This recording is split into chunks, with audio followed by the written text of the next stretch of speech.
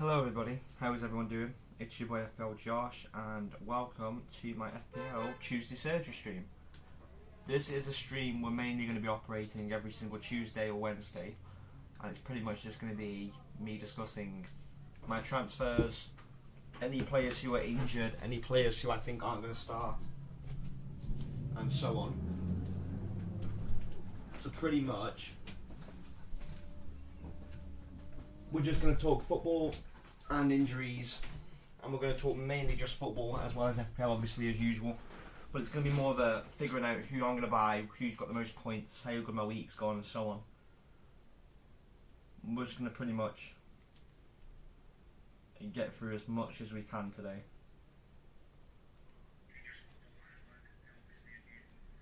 So yeah, obviously, excuse my throat today boys, got a bad throat.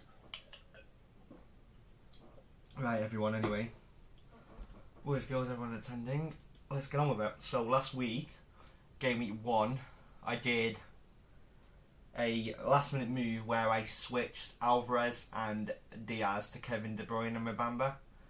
Now, it didn't pay off with Alvarez getting a 5 points and Diaz getting a 6, but I would have only played 1 anyway, so I would have got an extra 4 points off Alvarez, and I've had to make De Bruyne to Diaz move this week, so it did backfire a tiny bit, but nothing too major that I'm well annoyed. 4 points, yes, it can be a big deal, but the fact I still got 80, I'm 710k rank, it's okay. I'm 6 points off the top 100k, so it's not like I'm out of range of anything. No, sorry, I'm 8 points off 100k. Yeah, 8 points off, and like 10 points off top 50k. It's very, very slim margins to start off with, so my rank can go from 700k to 100k in a week, so I'm not very worried of how the rank's looking at the minute. I'm quite happy with 710k, it's okay. It's not a bad start. Obviously, I was hoping for better. I was hoping for De Bruyne to do well and get an assist, but then now he's injured, so that wasn't great. I was hoping for a Gabriel start. I had the news that Gabriel might not start, but I decided to roll with him and not switch to Saliba, which was one of my not as good judgments. I should have switched to Saliba. Obviously, I'm glad Saliba didn't get the clean sheet, because that really would have ruined my rank this week. So, yeah, I'm a bit gutted. I lost out on 4 points there, and I essentially lost out on 4 points of this move, and I've had to move Diaz in. So a couple bad decisions I made, but not a lot that's really affected me this week. I'm very happy with 80 points. I think bringing Rico Lewis in for Stones at the last couple or so minutes was worth it, as Rico managed to get me 6 points. And I do think that Rico, for me, is going to start for Pep versus Newcastle. So if I am still really unsure about Gabriel, I will play Rico Lewis, as I think Rico Lewis is a fairly good attacking player. I still back him to get assists in that City game versus Newcastle. I'd back him to get a clean sheet. It's just whether I'm going to bench Gabriel or not for definite. I'm very uncertain, so we'll have to see. I probably won't definitely bench him. It's really going to depend how the rest of my week goes. So we'll see. But I'm very happy with how, like I said, it's gone. I don't think I'm having a bad week.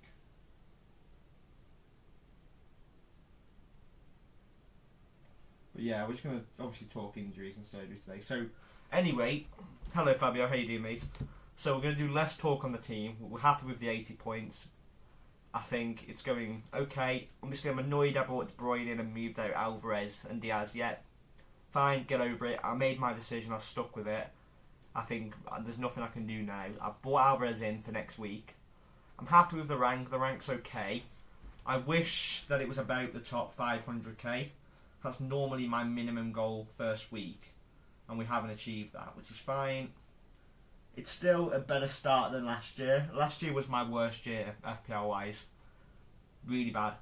Like, I've had a lot of top 500k finishes. I had top 600k last year, but I normally don't finish that. I normally finish top 100, top 250 minimum. I've had 1 year where I finished like a mil, and then I had 1 year on this account where I just didn't play for the whole year. We'll look at the team. Play both for fighting games aside. 22k crazy. I had a team one time that was top 200 in the world in the first week, and I finished, I think it was 125k. So it's great. I'm very happy for you on that second team. But I think when you've got that second team at 22k, for me, I would be focusing on that second team.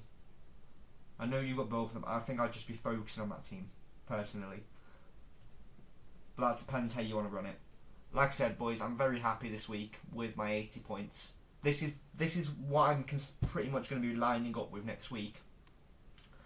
Obviously, I would put Gabriel in, but there's no chance we're going to get news on Saturday. I think it's Saturday deadline this week, isn't it? I believe it's Saturday deadline, or the Friday, whatever it is. There's no chance we're going to get news whether Gabriel's probably going to be starting or not. And the deadline is on Friday at 6:15. Great, we've got another Friday deadline. That means I can do a stream again on Friday. Brilliant. Yeah, I don't mind a Friday deadline. Lovely. That's what we want, to be honest. I like these Friday deadlines for our streams because they're better for me. I can make Friday deadlines and not a lot more than the Saturday deadlines, so the Friday deadlines are quite useful. So we'll be able to do a deadline stream on Friday then. But yeah, we won't get any news whether Gabriel's going to be starting or not. I have 3 mil, but I can't justify using it for a -4 to Trent for 1 week. Well, I just don't guarantee a Liverpool clean sheet. I expect them to win like 7-6-1 minimum, but I don't guarantee a clean sheet for Liverpool. And I don't think Trent really looked that good last game, so I can't justify it. I don't think Gabriel's going to be out much long. He probably might start. I might start him over Rico Lewis, and if he doesn't start, Lewis comes on, but that's pretty much where I'm at. Turner, whether I'm going to play him over Nani yet, I'm unsure. It's still like 50-50 really, because Onana played very well yesterday and got 6 saves. So I think he played very well, and I wouldn't put past him to get 5-6 points versus Tottenham, even with conceding a goal. Where Turner, you're not guaranteed a clean sheet there really, even though it's Sheffield and Forest at home. You'd expect a clean sheet from Forest at home. But is it guaranteed? I wouldn't say so. I think if they play well, they should beat Sheffield comfortably and get a clean sheet. But it's just Turner in goal. I don't fully trust Turner in goal. Anyway, back on that. You've got Salah and Diaz in that team, on the second team, great. Lucky for you, Fabio, because unfortunately I don't have Salah, so I'm hoping Salah blanks to the moon and back. That is a problem now. I am in a bit of a sticky situation not having Salah, but I think I said at the start, I'm not giving Salah because I know he's going to get 200 points in the season. Fine, I already get that. But I just think the points I'm going to get across my other players with that money I'm spending in my team is more valuable than what I would be getting with going for Mohamed Salah. I think, yes, he's going to have a great week versus Bournemouth. Yes, he might do a 12, 10, 13 point week, and it might hurt me a couple 100k ranks. But I'm prepared for that. I prepared for that when I did my Game Week 1 draft. I knew I was going to have to deal with the Salah punishment in Game Week 2. I already expect that. But then the fixtures after for my whole team are better. And with Diaz in that team, hopefully Diaz can get a couple goals or a goal and assist and just cover that Salah points, which will back me up a bit. So I'm not too worried with Salah, to be honest, Game Week 2. I think if a lot of people captain him, fair enough. But for me, I still think Haaland's going to outscore him. I think Salah's going to be an absolute troll. And he's going to just pull like a 5-pointer versus Bournemouth. And the rest of the Liverpool assets are going to do better. I could just see the Salah game against Bournemouth last year. I could just see a repeat in my head. And I think I just can't justify 12.5 mil. A lot of people are going to be jumping off Rashford and Bruno this week. One thing I'm going to say to everyone in the chat, don't do that. A lot of people are knee-jerking Rashford's, your Bruno's out because they've had one bad week. As a Man United fan, we do struggle the first week. We always struggle the first week. We did last year versus Brighton. It's expected. Obviously, I was expecting us to win a good 2-0, Rashford to get a goal and an assist. So that was a bit disappointing. We were a bit asleep like yesterday, to be honest. When I was watching the game, I wasn't very happy with it. I do think that team he played was wrong. I think not starting Eriksen from the get-go. Garnacho, I agree with starting. I would have started Garnacho. I think starting Anthony, I don't think I would have started Anthony. Rashford, for me, when Hodgson starts playing and Rashford's playing that left wing and we've got an out-and-out striker, Rashford's going to be banging assists week in, week out. He's going to be banging goals. He's going to be absolutely phenomenal. And I still think the way I'm looking at it right now is we have Tottenham, yes, but Tottenham aren't as attacking down the middle as Wolves were yesterday. Wolves just had a very good game. Hands down to Wolves. They should have got a draw or something out of that game. I shouldn't even comment on the penalty because I think when I watched it as a Man United fan, I think, you know, yeah, there's a bit of bias. I don't think it was a penalty at the time because I thought the keeper went for the ball, but watching it back, I think I would have given it as a penalty, in fairness. I probably would have given it as a penalty. As much as I don't want to admit it, I probably would have. So I'm fairly lucky that Anani got the clean sheet in the end, to be honest. But I'm very happy with the 9 points he got. 2 for the saves and a bonus.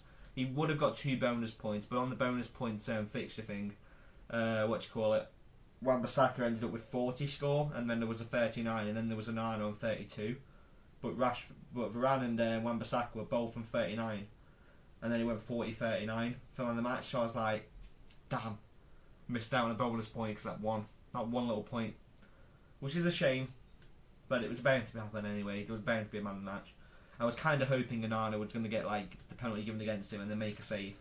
That would have been class. But at the same time, I don't want him as a Man United fan to get a penalty against him. So I'm very happy with the result. It was just another one moment wonder for us and a win. But I'll take it at the end of the day. I will take the win. Who wouldn't? I think it's one of them. You've got to take the win.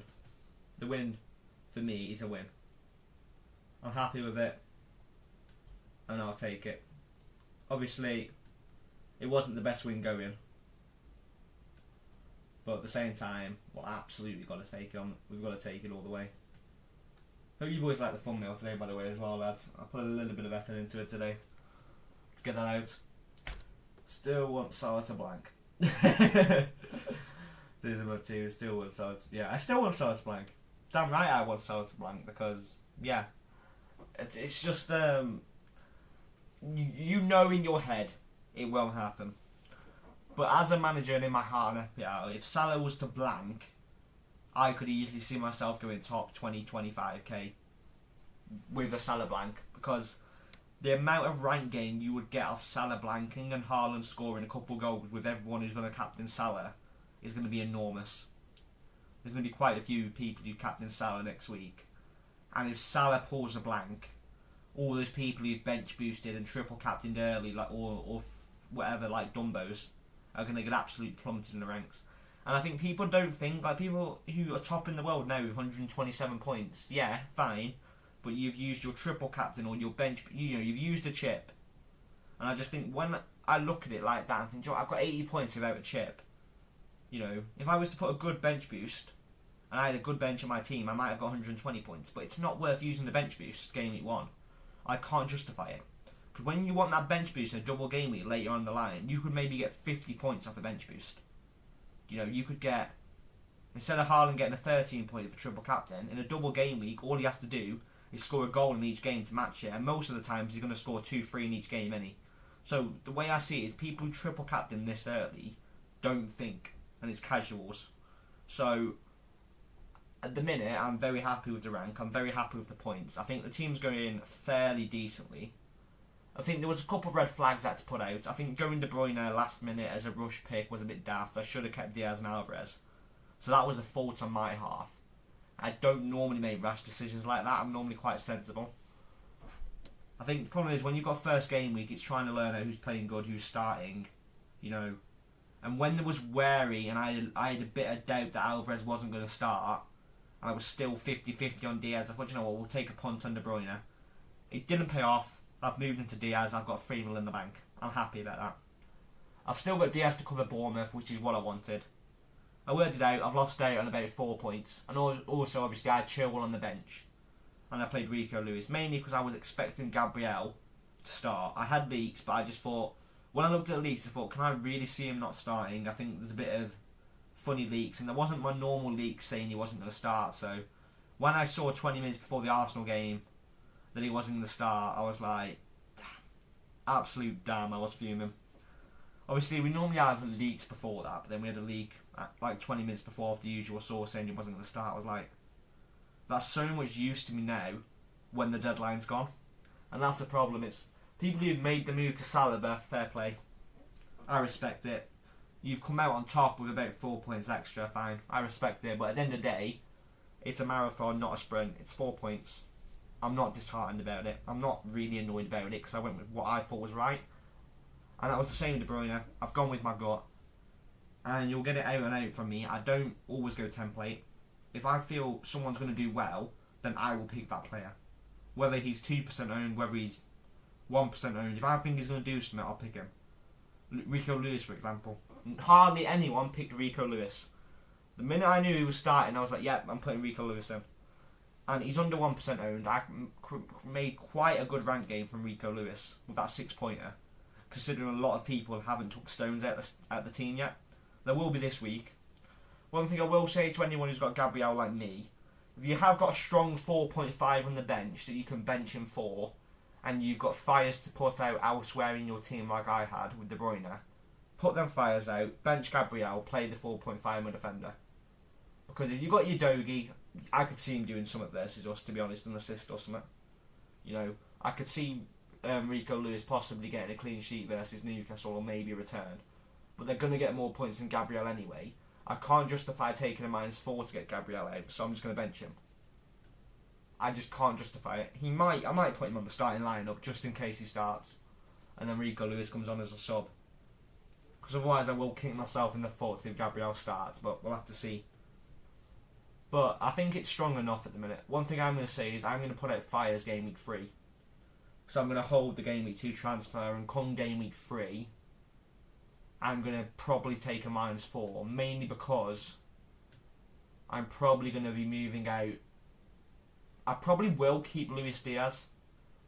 Maybe, we'll see. I might move Luis Diaz to Son, but I'll probably keep Diaz because I just think Diaz looks pretty good. I don't mind him, to be honest. And I don't mind Newcastle. I don't mind Villa. They could be high-scoring games to Liverpool. So I don't mind having Luis Diaz in my team. I think it would be really getting Matoma out game week 3 or getting João Pedro out game week 3. But, yeah, starting Gabriel February. I probably will start Gabriel. I'll see, though. I do think Rico Lewis is going to do fairly well. But that will depend whether I get City leaks that Rico Lewis is going to start. If I don't, I'll put Udogie as first sub and put Gabriel on the starting lineup. If I get news that Rico Lewis either isn't starting or I don't get news he's starting. But that'll really depend on what leaks we get before deadline. Obviously, as I was saying, I'm probably going to move Matoma to Son or João Pedro to Watkins, but I probably wouldn't do that, to be fair. So it'd probably be Matoma to Son or Richarlison, maybe a Maddison. I'm very tempted to go full out attack in game week 3, which is probably why I'd be tempted to go for Richarlison and Maddison. Or maybe bring in a Sterling and a Maddison on a -4 from Matoma and Diaz. Mainly because I just think Chelsea's fixtures are going to absolutely blow off come game week 3, 4 and 5. They have Luton, Forest and Bournemouth. And I think I watched on the eye test on Saturday. Was it Saturday? No, sorry, Sunday. I watched Sunday on the eye test. And I thought Sterling played quite well versus Liverpool. He was linking up well with Jackson. He was getting into those positions we used to see him getting at City. And I think Pochettino is getting the best out of Sterling from what I was watching that game. Another player I thought played really well as a 4.5 midfielder on the game as well was Chukwuemeka. I think he was absolutely class. I think he was playing very well. Chilwell, he was on another level. He was playing a left winger role basically. He was on another level. Reece James come off on Sunday and he was tired and he got taken off. And the best thing was he went down at the same time he got taken off, and it was because he was tired. So anyone who thinks there's any rumours Reece James might be injured, ignore it. A lot of people have knee-jerked him out the minute they watch the game, thinking he's going to be injured again. And now he's fine. People need to wait and not rush, and a lot of people do tend to knee-jerk straight off the back. When I was watching eye testing Son, I was watching Son on Spurs game versus Brentford. I thought he looked okay. Maddison obviously was a standout. Maddison got 2 assists. Maddison played really well. I think Son on the eye test was pretty good. And I think when you're going to have Son game week 3 against these lower teams, and he's going to be on penalties in my opinion, If Son can turn it on out of nowhere and come out attacking, there's no reason he couldn't get a 180, 200 point season. I think it's game week 1. I needed to assess how that Spurs team play. I'm still going to assess game week 2 on the eye test, how Spurs play. I'm going to watch Son, Richarlison and Maddison closely and see how they play. I think it's a wait and see. And then game week 3, if I feel like they've all played to my standards and I've got one who I want to put in my team, I will. If I'm still unsure on how they're going to play, then I might wait another week on Spurs, see how they play on the eye test, and then bring someone in. It's about waiting weeks to see how people play. Like Jackson, I didn't jump on Jackson straight away because I'm not sure how he's going to play in this Chelsea side. So I want to wait and see. And that's the same with your Isaacs and your Watkins. It's a wait and see. Isaac did well, scored 2. But I think a lot of people are knee-jerking now and buying Isaac. And for me, I can't justify it. Those fixtures he's got are not justifiable to buy Isaac. So when you see people buying him, I just don't get it.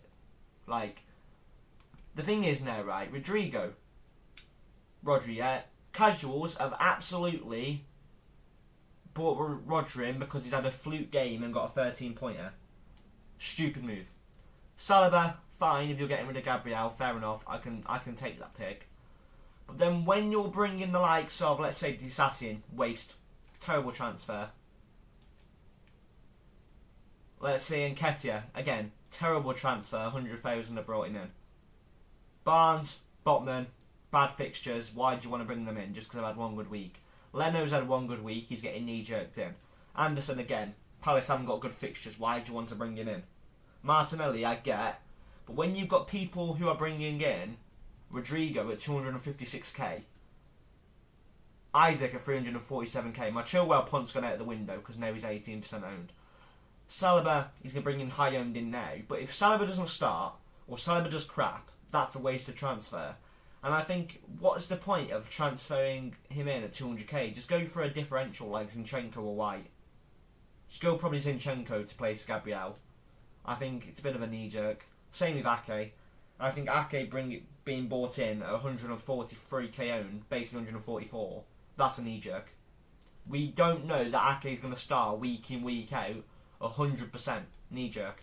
The Sassy's had one good week, knee-jerk. Diaz is bringing quite a few in, fair enough. I bought Diaz in myself, I think that's a good pick. People are bringing Haaland in now, I haven't got Haaland, that doesn't surprise me. Hence his ownership's going up. He should be pretty much 100% owned in my opinion. Rashford's gone down, even though he's been transferred in by quite a few people. His ownership's gone down because of people are transferring him out just as equally.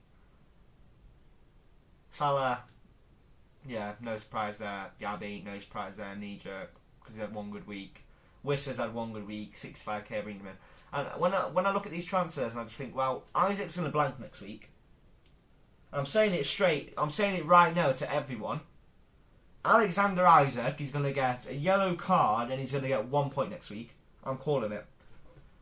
Every time people knee-jerk a Newcastle player in or a Man City player in, they do crap. And I'm saying it now. Hello, Slayer. How you doing, bro? And I'm saying it to everyone. No one buy this player. No one buy this player till Newcastle have a good fixture run. Don't... And whatever you do, don't be knee-jerking Ake in. If you want a replacement for Arsenal defender Gabriel, if you can, go for Chilwell. If not, maybe Reece James. Don't definitely go for Saliba, because for me, Arsenal are going to concede in that Crystal Palace fixture. I don't think that's an easy fixture, especially considering I believe Arsenal are away from home as well. So I think there's a couple of knee-jerks going on. You could say, yeah.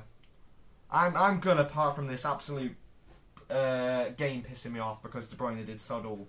But I'm happy with the 80 points. I'll take it. Yeah, I said that, Slay. I'm gonna sort a group out in the week. Obviously, I am gonna say it now, lads. I don't know if I'm gonna have a stream tomorrow. I probably won't, as I'm busy. I've got an apprenticeship-based day thing to do tomorrow, so I've got like a day thing based on that to do tomorrow, so we won't be able to do that. But anyway, back on topic. I was having my little rant about how Isaac's the most wasted transfer in history. If you've got money, don't knee-jerk Isaac in. If you haven't got Joe Pedro, you've probably missed the boat on him now. Don't knee-jerk him.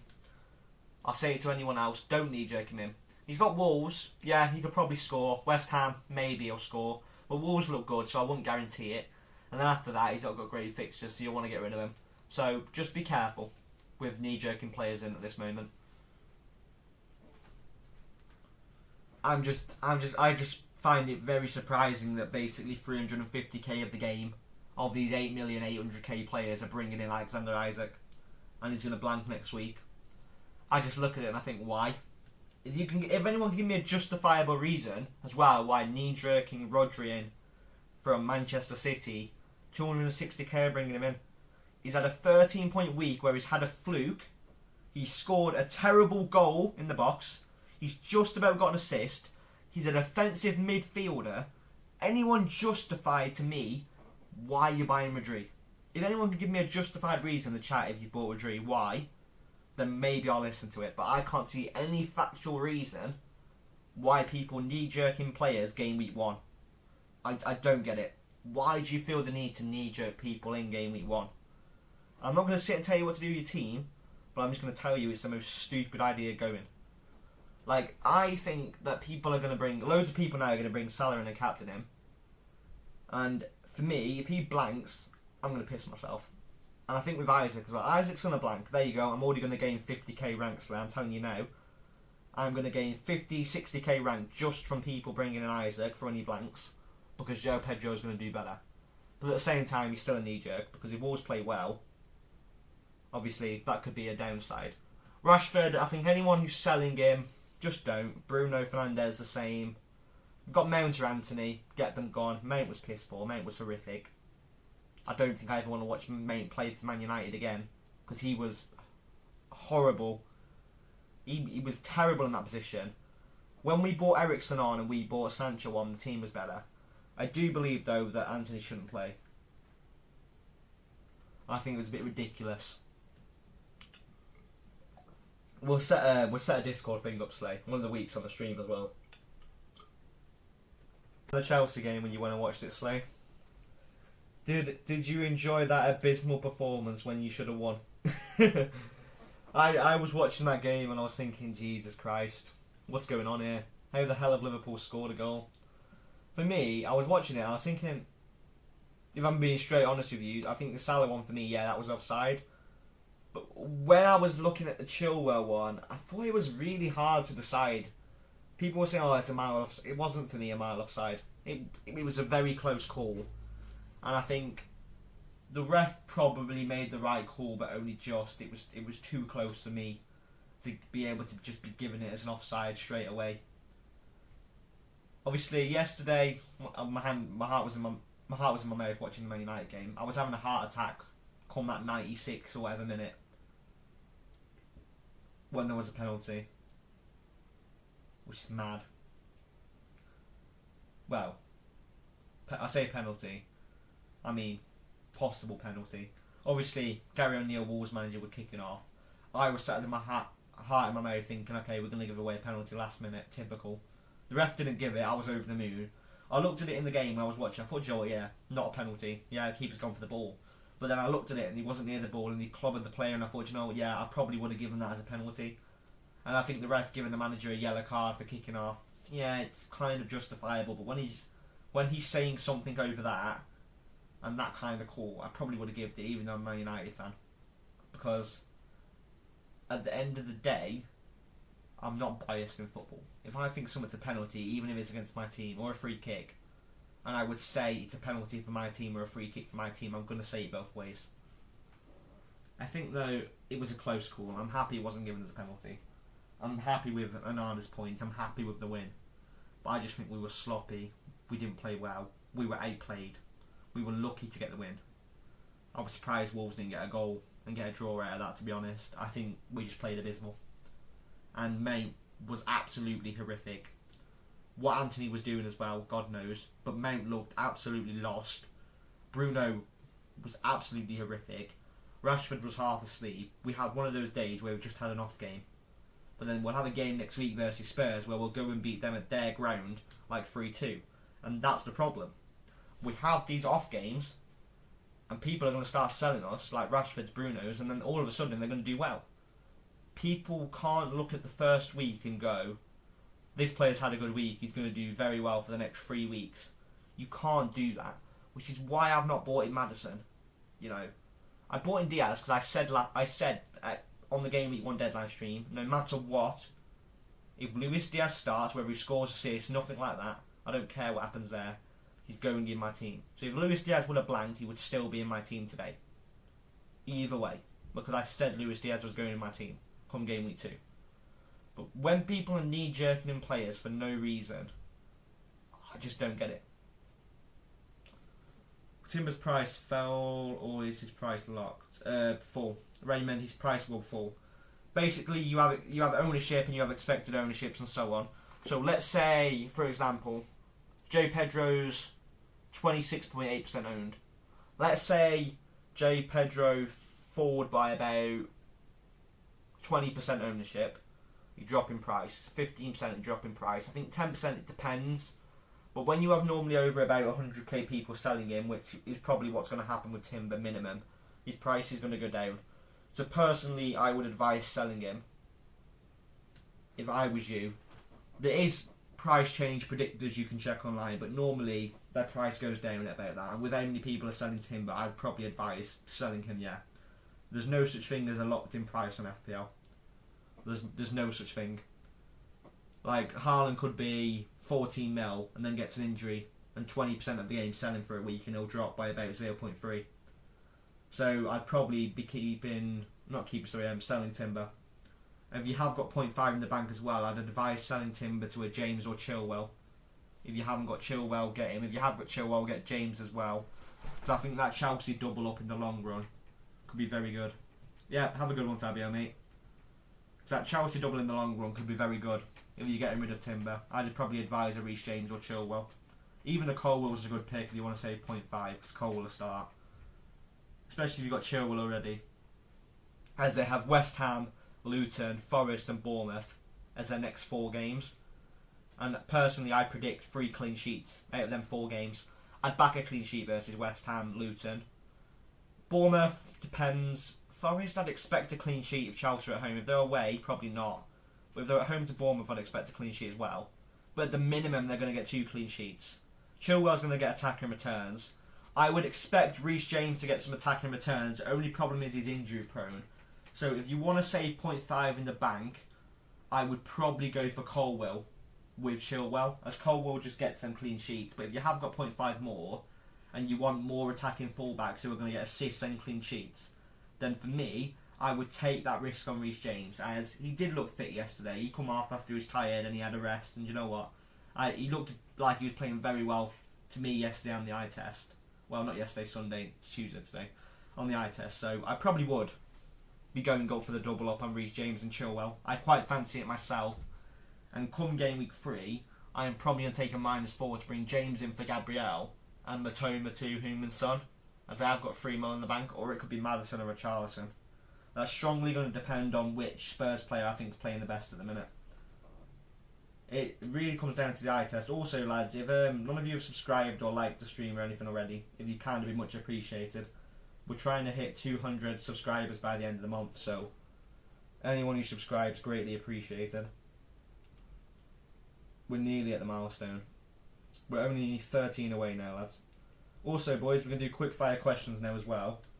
So this is a stream where we do all our questions. So if anyone's got any questions, or it can be just football related questions if anyone's injured, you know, who do you think to transfer in, who do you think's the best player for this team, anything like that will do. Who's your favourite differential, who's your favourite pick, rate my team, rate this, rate that. We'll do any of that. Just put your stuff in the chat, wherever you want. And also, okay, any City defender. If Stones wasn't injured, I'd say Stones, but he's injured. From my knowledge, I'm not sure. I think, personally, in my opinion, Rico Lewis should be starting based off how injuries have gone. But because it's Pep and obviously Roulette, I just don't think there's a nailed City defender. So I think I'd probably, if you haven't got a City defender now, I think I would just lay off the City defenders. The only reason I've got Rico Lewis is because he's a bench option with Udogie and Gabriel's the main starter. I've got Lewis there just because I think he starts, but I can't tell you he's guaranteed nailed.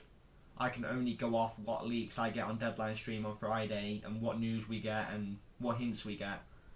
I can't really give you a nailed City defender because I don't think there is one at this particular moment. I think there's a lot of rotation going on. And it's like Gomez can play instead of Rico Lewis. Lewis can play instead of Walker. Walker can play. Ake can play. Laporte can play. Diaz can play. Akanji can play. You know, there's so many rotating players who can all play in different positions in that defence. Most of them can play left backs, right backs, centre backs. There's no nailed City defender. So I can't sit here and give you a nailed City defender because I don't think there is one. Now, if you're asking me who the nailed Chelsea defenders are, for example, that's something I could answer. Chilwell, James, Colwill, and Disasi, maybe, but probably James, Chilwell, and Colwill are nailed. Colwill for me is nailed for the first 6-7 weeks. There's no way in hell for me that he doesn't start for those first 6-7 weeks. Also, there's a possibility if Chelsea was to actually go for it now, which is doubtful, that a stupid I'm used to Chelsea, but it probably won't happen. Also, Chelsea's just spent a load of money on Caicedo and they're about to buy Lavia, so, which I think is the most ridiculous transfer going.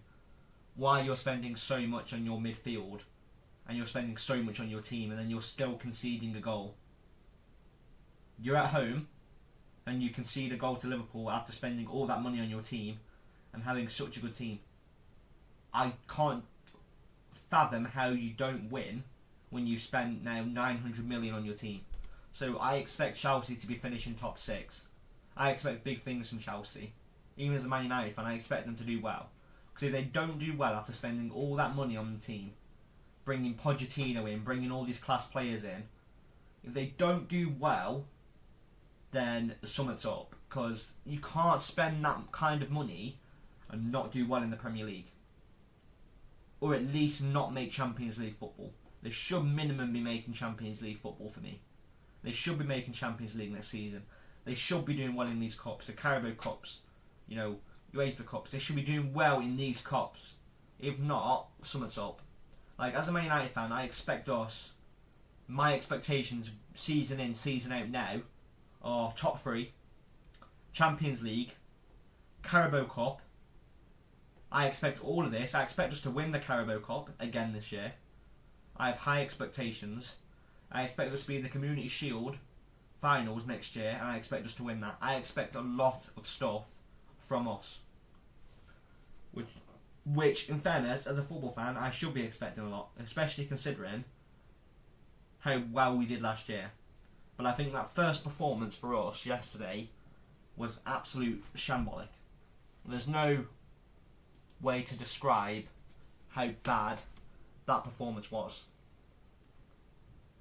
Which is a bit annoying. I wasn't happy with it. I just think we were poor on the ball, like I said. And I'm so happy I didn't go near Mount. I really am. Because he was abysmal. There was just no life in Mason Mount. Anyway, back on topic. I'm going to name some players I think you boys should be transferring in this week. And I'll see what you lot think. So, my top picks this week for transfers. Arsenal fan. Hold on one sec. Let me just answer Raymond. Hello, Patique. Arsenal fan here. I think we'll go all the way. I'd like to not be that dick who just goes, yeah, City's probably going to win the league, but it's probably the case again. It is just probably the case again. It's City, man. Yeah, it's probably just the case. I expect you to be finishing top 3 minimum. Whether you're going to go do as well as last year, it's hard. Personally, I wouldn't put it past you, but I don't think you will. But it's hard. But say hello and drop a like. Yeah, no, we've done alright to be fair, Pratik. We had about 12 people in there at one point. Slowed down a bit now. I've been live for a good 40 minutes now, though.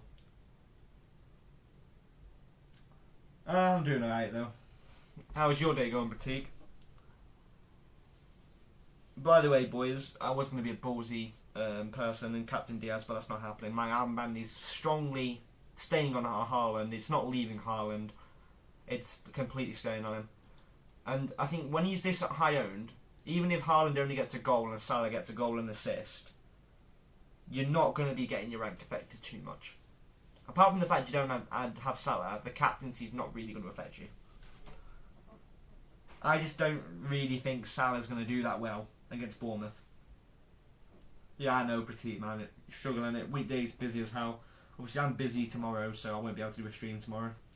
I have said to everyone today, I'll remind everyone, Friday we're going to be doing a stream at about 5/5:15, and we'll do that till deadline. If you give me a moment now, if anyone's interested in joining the Discord, I will post the Discord link in the chat, so we can get everyone in the Discord as well.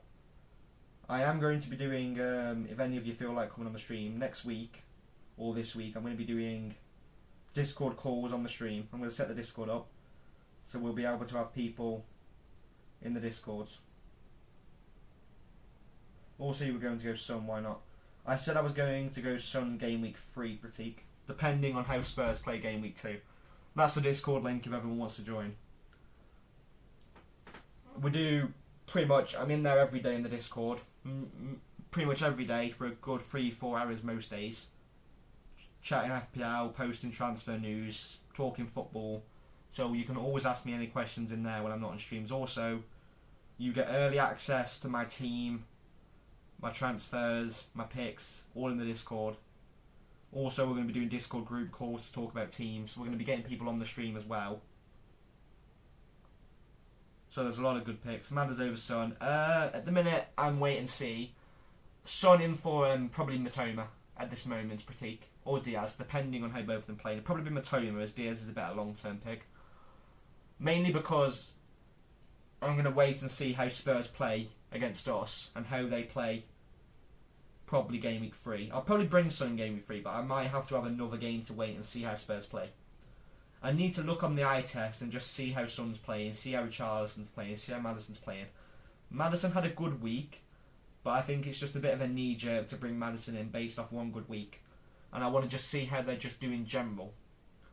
Why have I got Lewis on over Gabriel? I probably will start Gabriel with Lewis on the bench, Pratik. It's just, if I don't think Gabriel's going to start, I'm probably just going to start with Lewis. But I'll probably start with Gabriel in the end, to be honest. I don't probably see myself keeping Lewis as a starter. And it'd be Lewis on the bench or Udogie, depending on what team news we get. This could all change depending on what news we get Friday. Obviously, Diaz should be starting, as far as I'm aware. Diaz should be starting in that Bournemouth fixture. And I just think he played very well on the weekend. He was going to come in my team anyway. He's under 8% owned. So I just think he's going to do very well. And when you look at Bournemouth game last year, Diaz contributed, I think it was 2 goals and an assist. He just always seems to do very well versus Bournemouth. Like, even the year before that, he did well versus Bournemouth. He always does well versus Bournemouth and the likes of West Ham and stuff like that. He always does very well. And I think getting a goal versus Chelsea in the positions he was getting into in that Chelsea game, and the space he was creating, and the balls he was making as well, he was just playing very well. And the goal just topped it off, really. When should we bring in Newcastle players? I don't think Newcastle, as far as I'm aware, have a good fixture run till about game week... Is it game week 8, game week 7? Sorry, lads, I have to check the Newcastle fixture run. Let me just check what the Newcastle fixture run is. We'll just pull Trippier up just so we can check the fixture run. I think it's about game week 7, isn't it? They're starting a good fixture run. Yeah, game week 6. There you go, there's your answer. Sheffield, Burnley, West Ham, Crystal Palace, Wolves. Those are the 4 games I'd be targeting. But I probably wouldn't be going for a defender. I don't like Newcastle's defence this year. What annoyed me was Botman players got away with it, man. Botman owners got away with it so much with that lucky Botman assist. Botman got a very lucky assist in that Newcastle Villa game. I just think people who owned Botman got away with it so much, who were starting him as well. That was another thing that kind of made the rank go down a bit, is because of these Botman owners you've started in. Got away with an assist. I'd expect a clean sheet here. I'd expect a clean sheet. Sheffield and Burnley, I expect a clean sheet. West Ham, I expect a clean sheet. Crystal Palace and Wolves, I would not be expecting clean sheets. So really, you'd only have a Newcastle defender for 3 weeks, and there's probably other defenders that are better those weeks. So I'd probably just go for attacker. Wait and see, Raymond. I don't think they can score against anyone. Like Villa, bear in mind, Newcastle was at home. Villa have basically got a load of new players in their squad. They're trying to get used to playing with each other. They was running a different formation yesterday. And I know Newcastle were playing very well. Tonight played well. Barnes played well. They looked aggressive. But they're not going to do anything versus City. Let's be fair. They're not going to score a flurry of goals versus Man City. They might score one, maybe. But that's about it. And I just think Isaac, for me, is a good player. But he's hit or miss. So I just don't think I can justify going Isaac. Water, if you want, put your team in the chat, man. I don't criticise your opinions. If you think that my opinion's crap and Newcastle are going to play very well and their players are going to do well and your players are doing well, just put it in the chat. I honestly, I have my opinions, I'll give you my advice, but at the end of the day, if you want to go all in and your opinions pay off and your players pay off, I fully respect it. If you want to go for Isaac and Isaac scores a goal next week, you can come and give me the finger in chat on the stream on Tuesday. You can happily come and do that. I expect nothing but people to do very well. And I want nothing but everyone to do very well, but I will give my advice on who I think is a good pick and who I think is bad. And for me, I think Isaac's a bad pick. I think he did well game week 1, but I think he's a knee-jerk coming into game week 2. And for me, I will not be touching Isaac till probably game week 5 onwards, when he's at Brentford. That's probably the fixture I'd be touching him, game week 5 onwards. But I probably went wildcard till game week 6. So that'd probably be the ideal situation. It's pretty much wait or see. I could have him in game week 5 and wildcard game week 6. If I don't like him, I don't have to keep him. But I just think it's really hit or miss. And you never know who's on penalties. Sometimes it's Isaac, sometimes it's Callum Wilson. You know, there could be other players possibly in the mix this year. Isaac's going to be fighting for minutes as well with Callum Wilson. They're not both completely nailed.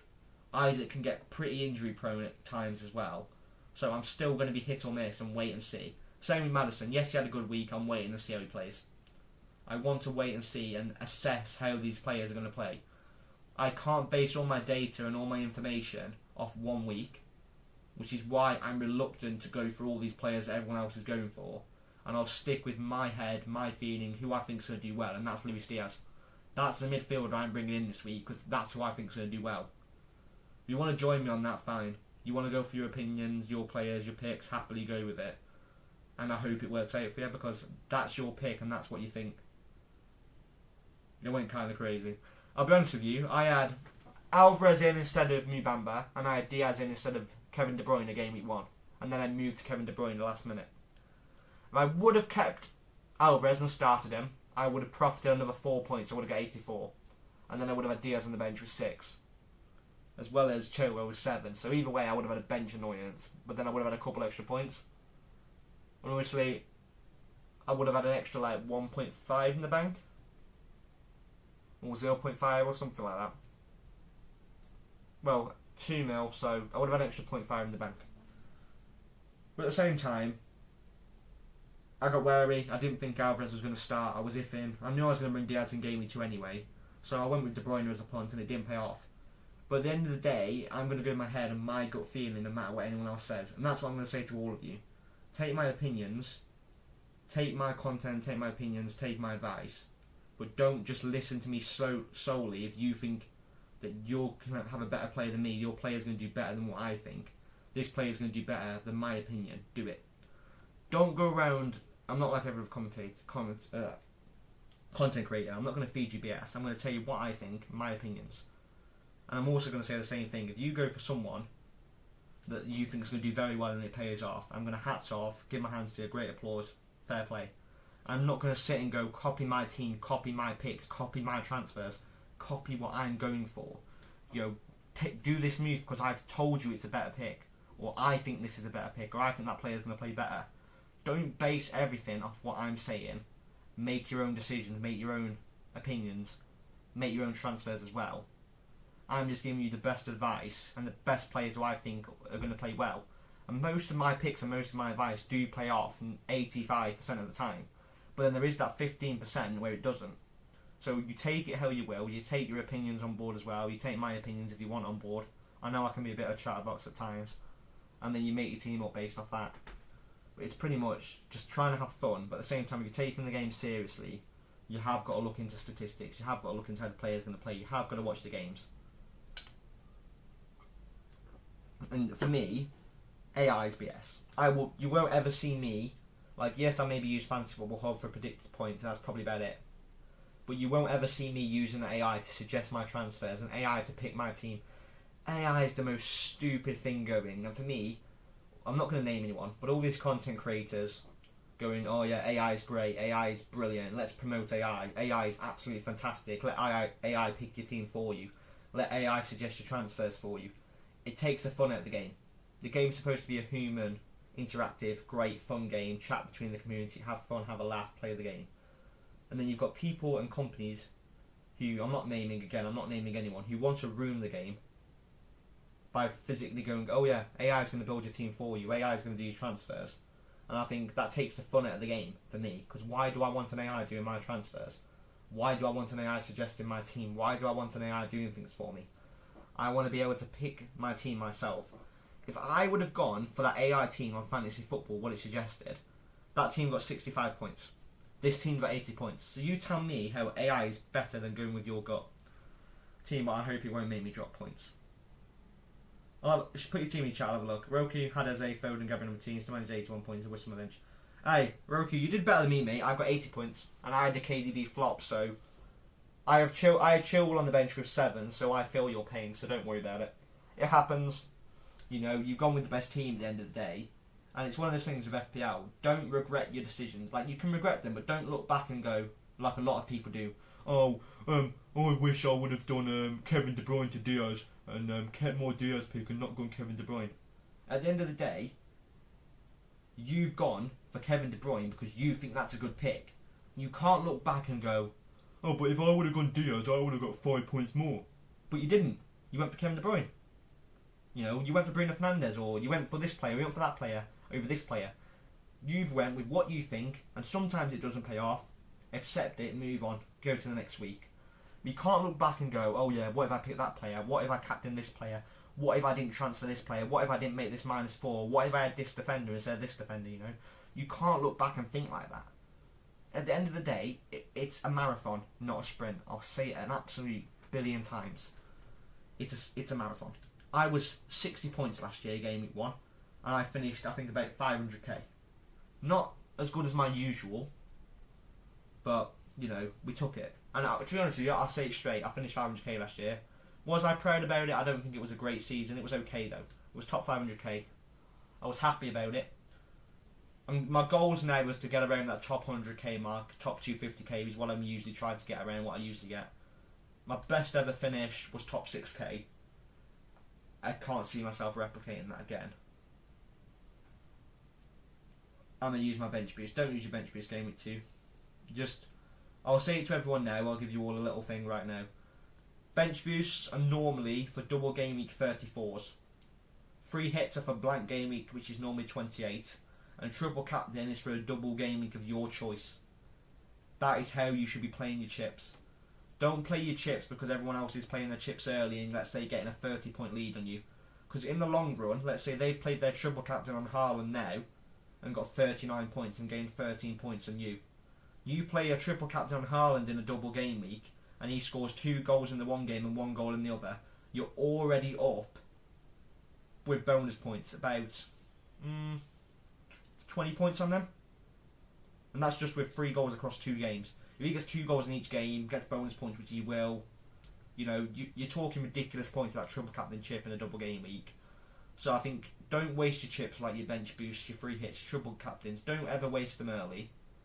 Politely, Water, you might be new, so I'll respect it in the nicest way. It's a bit of a rookie move to do that. And I'll tell you now, because I started my first season, I made all these mistakes.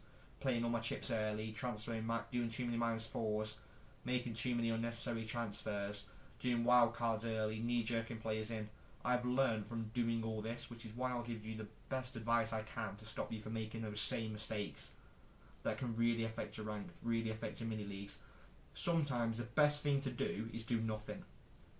Sometimes that's the best thing to do. Is just not make a transfer, not make a -4, just do nothing. Just let your team play out. There's been times where I know people who've took -4s, -8s, and they've been in like a -6 point worse position than they would have been with just sticking with the team they had. So, same with bench boost. Don't use it yet. Play your team out. You might have had an iffy game week 1, but it's there's 38 game weeks in a season. There's 37 more weeks to make up points. There's 37 more weeks to do well. You only got to have like 4 or 5 good weeks there, and you're back up. So take it as it comes. Take it slow. Don't rush things. Don't knee-jerk. Don't make unnecessary transfers, and try not to use your chips early. Yeah, I told you.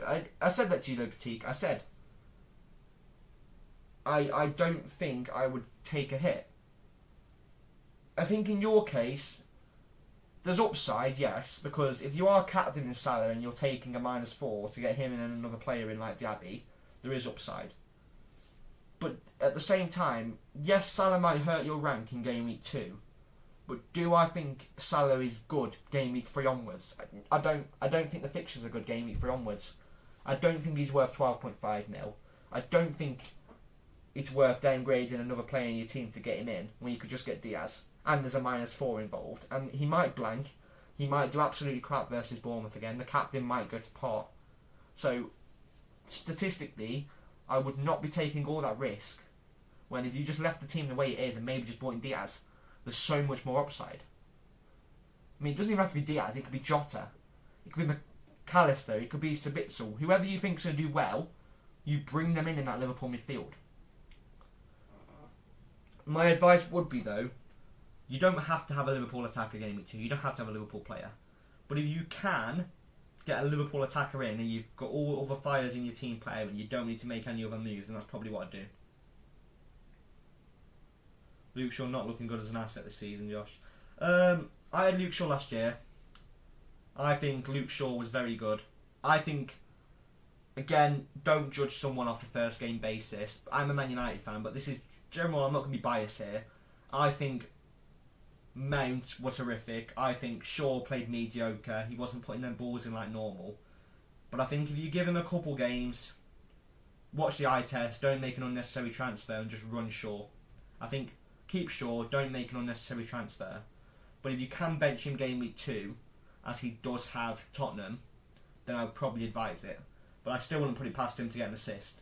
He's an attacking fullback. If we step up the game in game week 2 versus Tottenham, there's no reason we don't play very well. And also, I'll say it again, boys, if anyone who's not subscribed, if you can subscribe or like the stream as well, it's much appreciated. We are on the road to 200, so we're nearly at the goal for the end of the month. We are going to be doing a small little giveaway at 200 as well, so stay tuned for that. Also, lads, I'm going to drop the Discord link in the chat for anyone who wants to join the Discord. Next week, or the week after, I don't know if I'm doing it yet. There's an idea I'm thinking of doing when I do my streams. You're right, Lewis, how you doing, mate? We're going to be doing a Discord calls on the stream, so we're going to be bringing in people from the Discord to be doing calls on the stream and talk through their teams and review teams and whatnot. But anyway, how you doing, Oliver? I ain't seen you for a while, mate. How's your FPL week gone? I did alright this week. I got 80 points, I was fairly happy with that.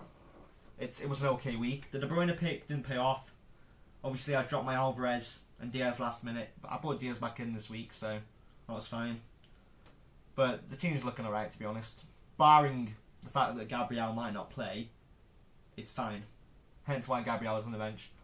Whether Turner plays over Onana, I'm not sure yet, but it's nice to see you again, mate. Onana going to steal his bonus. Yeah, probably. Yeah. It wouldn't surprise me. But I think with Tottenham, we're going to be playing a lot better. And I don't think we're going to give them as much chances as we did Wolves. That Wolves game was just the first season game where we always have a crap game. And it was a bit of a really poor pace game for us. We were playing sloppy. We was half asleep. You know, Mount was non-existent. Where the hell Bruno Fernandes was, God knows. Rashford could hardly get a shot on target. And we wasn't putting away chances. They were, to be fair, far the better team. We were playing bad. They were the better team, hands down. Wolves played very well. They were the better team. So Nicholas Jackson from Watkins in game week 3 is decent. See how Jackson plays game week 2. I think for me, because I don't think you can judge him based off just solely the Liverpool game, as it's his first game in the Prem and it's Liverpool. I think if he plays well versus West Ham, yeah. But it's just assessing how he's going to play. But there's no reason he doesn't dominate Luton. for me, that Luton, Forest and Bournemouth one's great. So I probably would do it, but I'd still assess how he plays versus West Ham as well. Do I swap Zinchenko to Reece James? Already have Chilwell and a Stupinan? That depends, Harry. If you haven't got any other fires to put out in your team, like you've got no other people who need transferring out, your team's looking very strong, you've got a Liverpool asset attacking, you've got the players you want, then I don't see any reason why it's not a good move, as James has West Ham, then he has Luton, Forest and Bournemouth. Those 4 fixtures, I reckon, get a minimum of 3 clean sheets, but he should be getting 2 easily out of them. And he's attacking on the fullbacks of Chilwell. He's going to probably be getting assists. Obviously, he can be a bit injury prone, but he looks very well. Exactly, I look at game of 2 and he gives me the fun to Chilwell too. Yeah.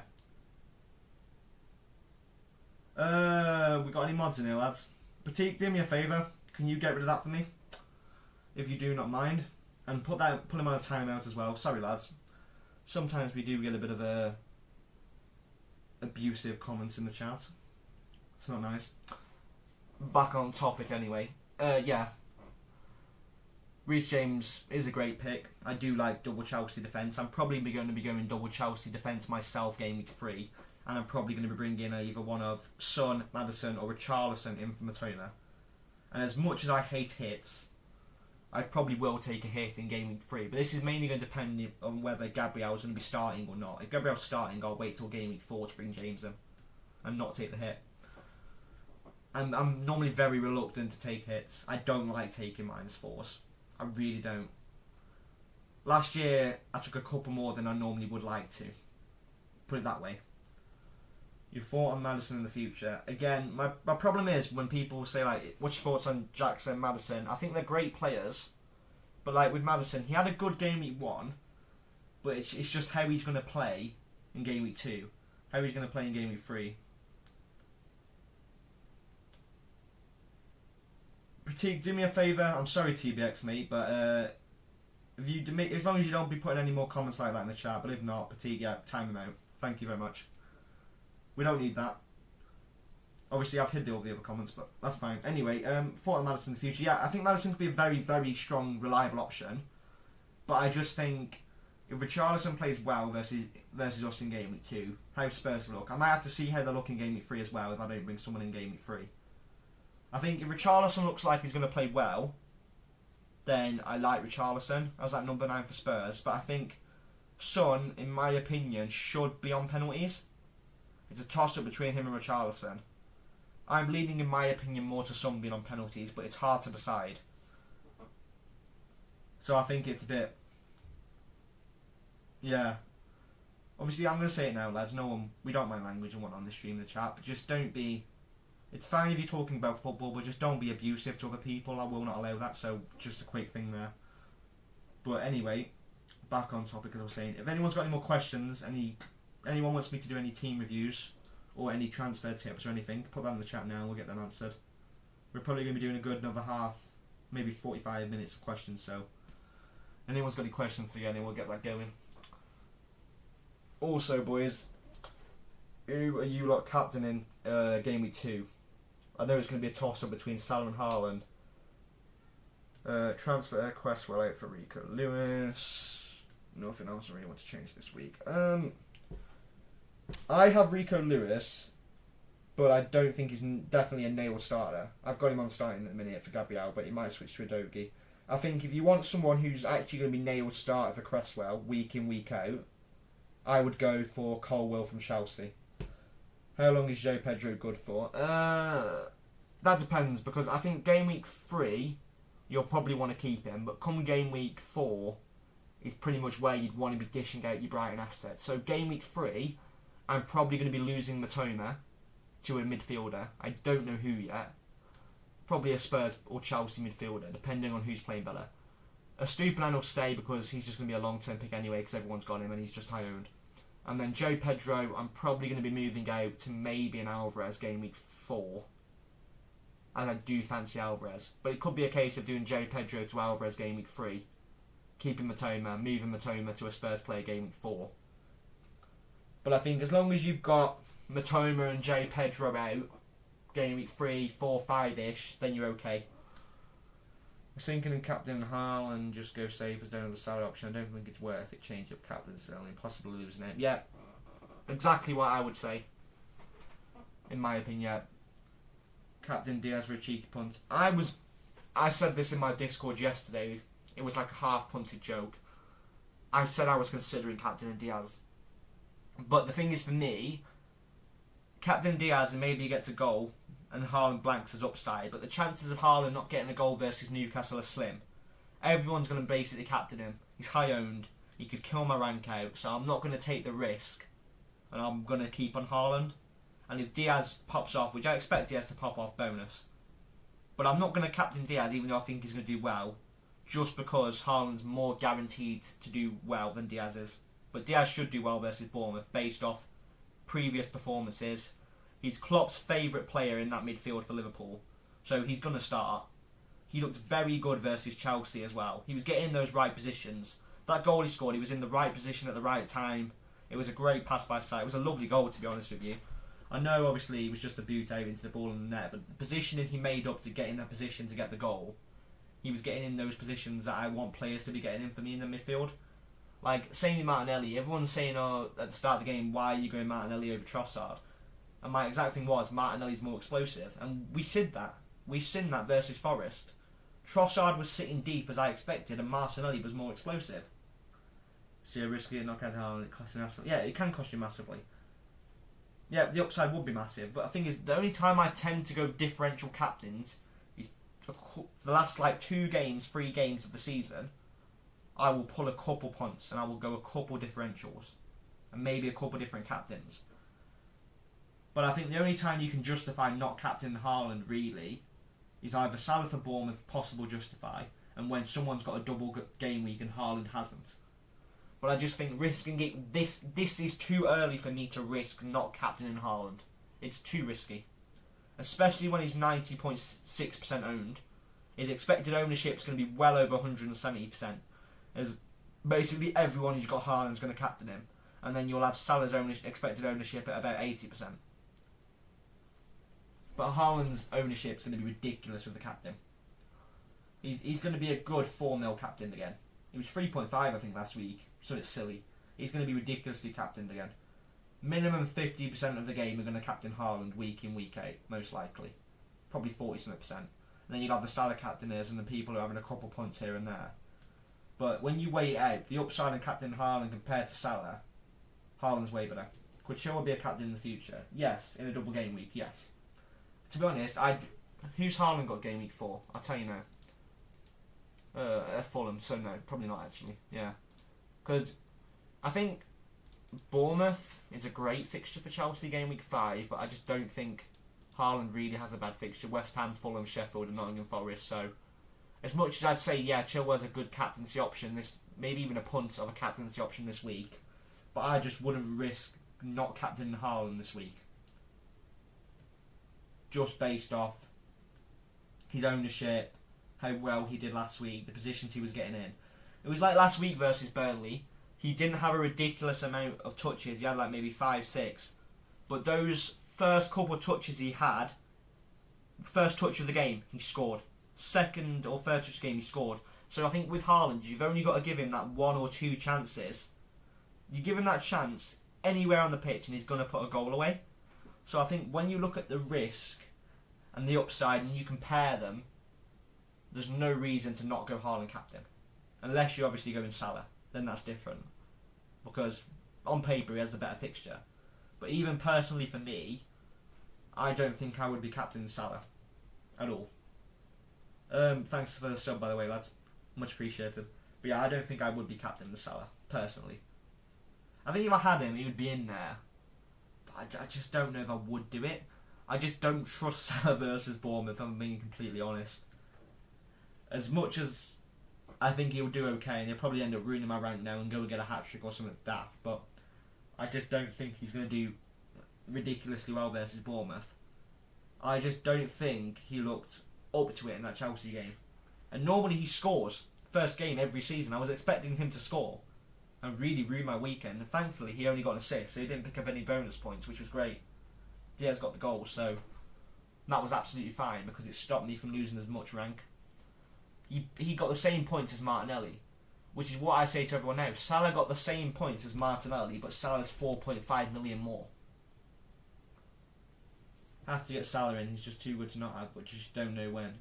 Yeah, for me, I'm not touching Salah yet. I think when Liverpool start picking up their fixtures, I will probably tend to bring him in.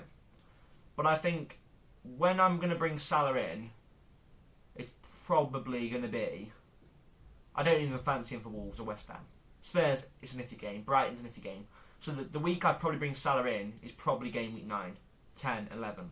But if I'm wildcarding game week 6, there's a possibility I'll bring him in and just have him for those other 2 weeks. Because that run's alright. And then they have Brentford City, but then they've got Fulham, Sheffield and Crystal Palace. So the run's nice, and then that's game week 16, and then you have another wildcard after. So I don't mind having Salah at about that point. But I think any earlier than that, for me, it's wasting too much money. Because those Arsenal fixtures are too good. The Arsenal fixtures are just too good. Like, Spurs, fancy that. Everton, I fancy that. Obviously, I'm a Man United fan, and I do think we'll give them a good game again. I think it'll probably be a 2-2 draw. Fulham Crystal Palace should do alright, and then they've got Bournemouth. So, for me, Arsenal do quite well. And I'm not going to force a wild card. It'll either be 6, 7, 8 or 9, normally is my wild card. Getting boring, we're essentially playing with 10 players. Yeah, but to be honest with you, there's always one player in FPL every season that makes the game boring. Before Haaland, it was Salah. And then, like one season, it was Son, when Son had that blow-off season. Everyone was captaining week in, week out. He was doing better than Salah, he was playing phenomenal, you know. There's always that one player that everyone captains week in, week out, that everyone has to have in their team, that everyone has to have because he's high-owned, you know. Obviously, they tried not to make the game ridiculously template this year, but with how expensive people are and how cheap some people are, there's not as many cheap players this year. It's hard not to be template, and that's a problem. You think for what your wildcard team? I don't know yet, to be honest. Can't really talk on what my wildcard team's going to look like because I've still got another 5, 6, maybe 7 weeks yet to assess. 1, I don't know who's going to be in good form. 2, I don't know who's going to be injured. I don't know what occurrences are going to happen. Maybe people start getting benched. Maybe there's a pet roulette. You know, maybe there's a flipping Arteta roulette now, as people are saying it. But my wildcard team that are going to be definitely in my wildcard, hands down, are going to be Saka, Haaland. Rashford, for me, is going to be staying in that wildcard team. There's no way Rashford's going to leave my team, to be honest with you, and I'm being straight honest. Estupiñán will be there. Chilwell will most likely stay in the team. Whether I have an Arsenal defender is yet to be seen. I will most likely have some form of Liverpool player, whether that's Salah or Diaz or whatnot. Joe Pedro won't be there. It'll probably be an Alexander Isaac on my wildcard. Or a Wilson. Probably where I'd be at. Midfielders, it was still going to be between the likes of Matoma, possibility if he's playing well. Diaby's up there for Aston Villa. Obviously, Bruno Fernandes as well. Martinelli might be playing alright. There's a couple of midfielder options. Like I said, it's hard. Why am I going wildcard earlier? I'm not. Most people wildcard, including myself, we normally wildcard roughly. I have a wildcard game week 6, 7, 8 or 9. Normally, I probably wildcard around game week 7. But it might be 8 this year. If I want to have it. It honestly depends. And my team's looking. It's normally, yeah, around 7 or 8 probably. Any chance Trent makes it into my team? No. No. I think Liverpool are going to keep 9 clean sheets the whole season. I think Trent looks absolutely abysmal. I think, yes, he might have a good game versus Bournemouth and get a couple returns. But he's going to have those odd games in the year. He's going to have 3 games in the year where he gets over 10 points, and the rest of it's going to be crap. And I just can't justify it. And I think he's playing right back again. We all know how bad he is at right back. If he was playing in midfield, I'd consider it. But I still don't think Trent justifies his 8 million price tag. I don't think he justifies it. I think he looked crap versus Chelsea, if I'm being completely honest. I think he's not going to be ridiculous versus Bournemouth either. He might prove me wrong and might get a couple of assists and maybe get a 10-12 pointer, but do I think him getting that 1 week's going to really annoy me? Not really, because I'm thinking, okay, how are my players from game week, how am my game week 1 team going to do over the next 6 or 7 weeks? Not, I'm worried about Salah and Trent doing something 1 week, so I have to have them in my team when they're going to do crap the other 5. You have to look at it as a long-term perspective. The same as anything. If you were to bring someone, let's say, in on a -4 later on down the line, you've got to look at that -4 and not just think how he's going to do this week. You've got to think how many points he's going to get over the next 6 weeks. That's what I look at my -4, and I think, okay, if I'm doing a -4 for this player this week because he's got a good fixture, but my player in the long term has better fixtures, what's the point of doing a -4 for that 1 week? You have to look at everything in a long-term basis, not a short-term basis for me. I don't look at things solely in the short term, and it's very rare you'll see me go for a 1 week punt. The only time I'll probably go for a 1 week punt is if I'm wildcarding the week after. That's the only time I'll probably do it, or if I'm free hitting, then I'll have a 1 week punt on the free hit. But it's just about being sensible early on, making the right transfers, not taking too many hits, and playing everything quite safe. I know everyone wants to be different off the get-go, and you want to try and chase rank and gain points, but when you try chasing rank and you knee-jerk players, and you try to gain points too quickly, and you try to rush things, that's when everything's all of a sudden going to crumble apart, and you're going to be in a 10 times worse situation than what you was to begin with. When if you take everything quite slow, and you make the optimal approaches, the optimal transfers, the sensible moves, yes, there can be players who have an odd haul, an odd 10-pointer, and people have them. And the thing is, FPL is 25% stats, statistics, strategy, 15% thinking, making good moves, being smarter than the other people, and then the other 60% is luck. Luck plays a massive factor in this game. You can get unlucky or you can get lucky. Like, I might buy Chilwell, for example, let's just say game week 20, and he's on great form, and Chilwell's doing very well, and he has one bad week, and let's say Disassi, like yesterday, like on the weekend for example, gets 11-pointer, and people have got him, or Rodri gets a 13-pointer as a fluke, and everyone's bringing Rodri in from Manchester City now. 260k brought him in. That's the biggest knee-jerk going. Isaac, 350k bringing him in. Biggest knee-jerk going. He's got City next week. His fixtures aren't great. He's not a consistent goal scorer anyway. He's injury prone. We've not seen him go on a consistent run in the Premier either. So based off statistics, eye tests and what I've seen, I can't justify Isaac yet. I need to see how he performs. Same with Maddison. And Rodri, I'm not even going to bother going on about Rodri. Rodri's a non-existent player. I would never pick Rodri in my life for Man City. Why anyone picked him in the first place, God knows. Yes, he got a 13-pointer, but then you're stuck with that player now unless you transfer him out. But then you might have other players to transfer and have to take a hit. So really, you're better off just spending more money and going for a better player. Because in the long term, you're better off. And I think just don't be one of these people who buys Rodri, any of you. I'd advise that strongly. Right, lads, we are going to do another, I'd say, 10 or so minutes, maybe 15 minutes of questions, and we're going to get off. So, anyone's got their teams, they want rating, anyone's got any questions, any more football, FPL questions, anything you want to ask, if you want to put that in the chat. Also, Raymond's put, Mbumo's better than Matoma in my opinion. I think Mbumo's very well. Sorry. God, I had a bit of a bad voice crack today. I think Mbumo is a very good player, plays very well on penalties yet. I just think based off ownership, and Matoma, to be honest, he didn't get that many points worse than him. I think Matoma ended on 5, so he was 2 points less.